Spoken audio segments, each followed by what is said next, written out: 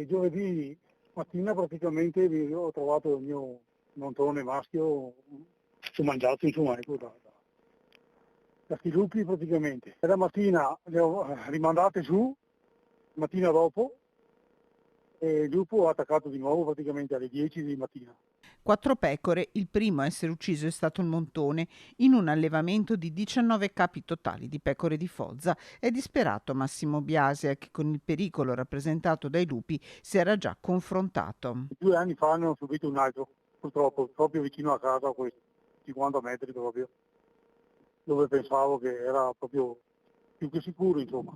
Una razza speciale questa, attaccata dai lupi, è rarissima la pecora di Foggia. Massimo Biasia teme di non riuscire a breve a rimpiazzare il maschio, racconta sconsolato. Non c'è una via d'uscita qua, non se ne vede fuori questo lupo.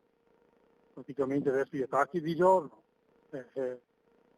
Poi hanno detto che ne ha visto una femmina con 5 piccoli qua a Marchesina 3 giorni fa. È un sistema per far chiudere i piccoli allevatori, ecco.